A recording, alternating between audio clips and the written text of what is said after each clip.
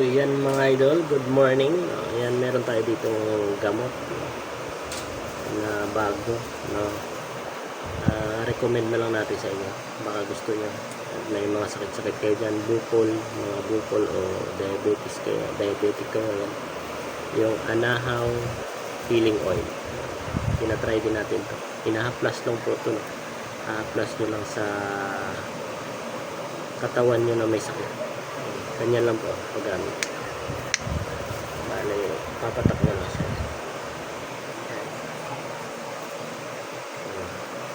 Konti lang, tapos haplas nyo kung saan yung masakit, yung may sakit. Araw-araw, sa gabi o sa umaga man pwede. Tapos massage yung gusto nyo kasi oil lang naman siya. Sinubukan po natin ito kasi wala namang mawawala sa atin. Susubok tayo ng ibang bagay na gamot para at least malaman natin kung gagaling tayo. So ito sinubukan lang natin. Kailangan try natin lahat ng gamot para gumaling tayo. Huwag tayo mag-stuck sa isang gamot lang, diba? So yan, pasensya na po kayo. Ngayon lang pala ako nag-upload ng video natin sa YouTube kasi matagal din tayong busy kasi yung ginawa dito sa bahay.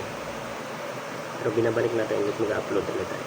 So paki-subscribe na lang ng channel natin na pinalitan pala natin yung pangalan, no? CNG's Philippines, para mas madali yung search sa YouTube. So yan, try nyo po to, Anahaw Healing Oil. Napakadali lang gamitin, no? Yan.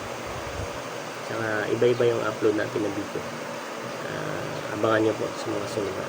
So hanggang dito lang po, pinakita ko lang sa inyo yung baka makatulong sa inyo. Anahaw Healing Oil. Check nyo po sa online, marami po nagbebenta. Maraming salamat. God bless.